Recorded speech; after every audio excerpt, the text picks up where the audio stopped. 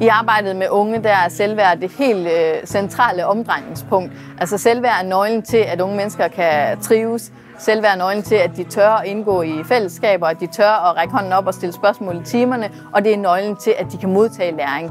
Så det blev min opdagelse af, hvad er selvværd.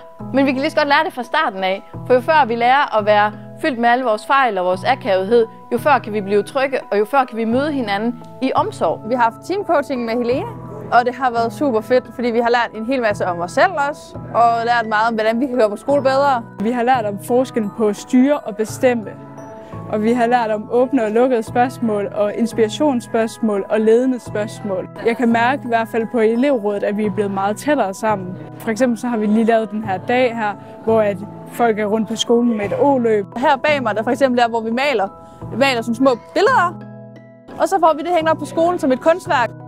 Alle håndaftryk, de kommer op for at vise, at vi holder sammen på skolen. Det er et fællesskab, det her. Der er for eksempel en huskeleje, gæt og grimasser. Det skaber jo sådan en fællesskabsånd som skole, så vi alle sammen kan få det bedre og få et bedre selvværd.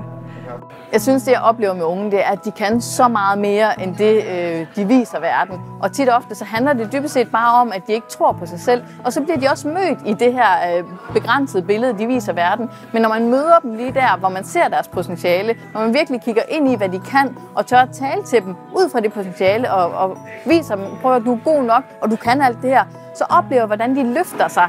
De ved så meget, de kan så meget, de kan tage initiativ til at skabe nogle store events, hvis man virkelig tør at give dem det her autentiske ansvar, autentisk lederskab, og virkelig lade dem bestemme, så kan de bare så meget mere. Og det synes jeg er fantastisk at se unge mennesker blomstre op ved at tro på dem. Så man skal turde tage masken af for at få den her grundlæggende lykke.